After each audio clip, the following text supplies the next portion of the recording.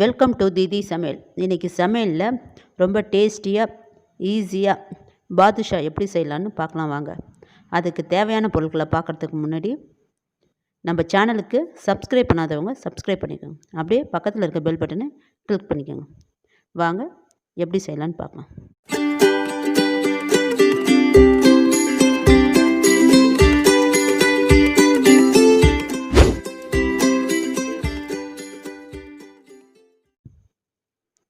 முதல்ல ஒரு பவுல் எடுத்துக்கோங்க. இல்லை ஒரு கப்பு மைதா மாவு போட்டுங்க. இது கரெக்டாக 250 கிராம் இருக்கும். ஒரு அரை டீஸ்பூன் பேக்கிங் சோடா போட்டுக்கோங்க. ஒரு 1/4 டீஸ்பூன் உப்பு போட்டுக்கோங்க. ஒரு அரை டீஸ்பூன் சோடா போட்டுக்கோங்க. ஆப்ப சோடா போட்டு ஒரு 50 கிராம் பட்டர் போட்டுங்க. இந்த பட்டரை அந்த மாவோட மிக்ஸ் பண்ணி விடுங்க. எல்லா மாவுலையும் மிக்ஸ் ஆகணும். நல்லா மிக்ஸ் பண்ணி விடுங்க. அப்போ தான் ஈவனாக நல்லா சாஃப்டாக இருக்கும். எல்லா மாவோடையும் அது மிக்ஸ் ஆகணும். எல்லாம் ரெடி ஆகிடுச்சு. இப்போ நம்ம எந்த கப்பில் மாவு எடுத்தோமோ அதே கப்பில் அரை கப்பு தண்ணி எடுத்துக்கோங்க. கொஞ்சம் கொஞ்சமாக ஊற்றி பிணையுங்க.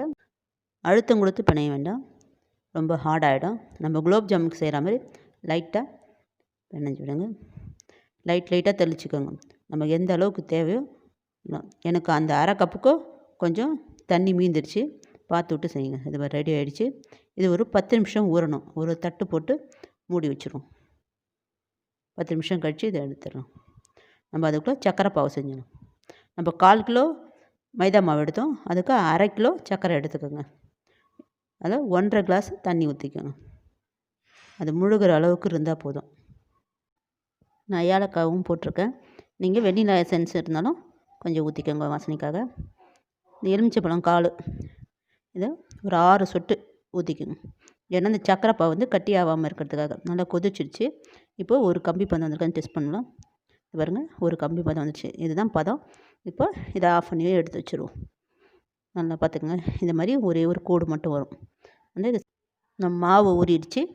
நம்ம இப்போ பாதுஷா செஞ்சுருவோம். ஒரு சின்ன பால் சைஸ்க்கு எடுத்து மெதுவாக உருட்டி விடுங்க. இந்த பாருங்கள், இந்த மாதிரி நல்லா அழுத்தம் கொடுக்காமல் அதை உருட்டினா தான் லேயராக உள்ளே வரும். நம்ம அழுத்தம் கொடுத்து இது பண்ணிட்டோம்னா லேயராக இருக்காது உள்ளே. அதனால் நல்லா மெதுவாக ஃப்ரெஷ் பண்ணி விடுங்க. நல்லா ரவுண்ட் ஷேப்புக்கு நல்லா ஒரு விரலாலே அழுத்தம் கொடுத்து நடுவில் ஒரு ஹோல்ஸ் போட்டுக்கோங்க. அதுங்க நம்மளோட பாதுஷாவோட ஷேப் ரெடி ஆகிடுச்சு. இதே மாதிரி எல்லா மாவும் செஞ்சு எடுத்து வச்சுக்கலாம். நம்ம எண்ணெயை காய வச்சு வச்சுருக்கோம். மீடியம் ஃப்ளேமில் வச்சு நல்லா சூடு வந்த அப்புறம் போடுங்க. நல்லா ஹை ஃப்ளேமில் இருக்கக்கூடாது, கறிக்கிடும். மீடியம் ஃப்ளேமில் இருந்தால் தான் மெதுவாக நல்லா நின்று வேகும். கொஞ்சம் நேரம் விட்டால் அதுவே எலும்பி வரும். அது வரைக்கும் நல்லா வேக விடுங்க.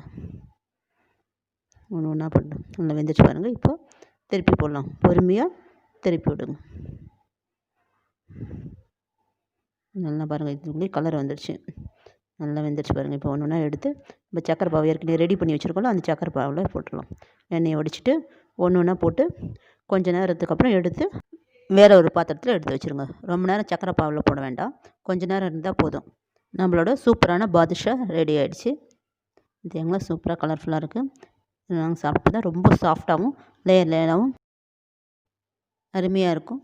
நீங்களும் இது செஞ்சு பாருங்கள். ரொம்ப ஈஸி தான், சுலபமாக செஞ்சிடலாம். நம்ம பசங்க எப்போ கேட்டாலும் பாதுஷா செஞ்சு கொடுத்து ஆசத்துங்க. இந்த டிஷ் உங்களுக்கு பிடிச்சிருந்தா லைக் பண்ணுங்கள், மற்றவங்களுக்கும் ஷேர் பண்ணுங்கள், கமெண்ட் பண்ணுங்கள், நம்ம சேனலுக்கு சப்ஸ்கிரைப் பண்ணுங்கள். தேங்க்யூ.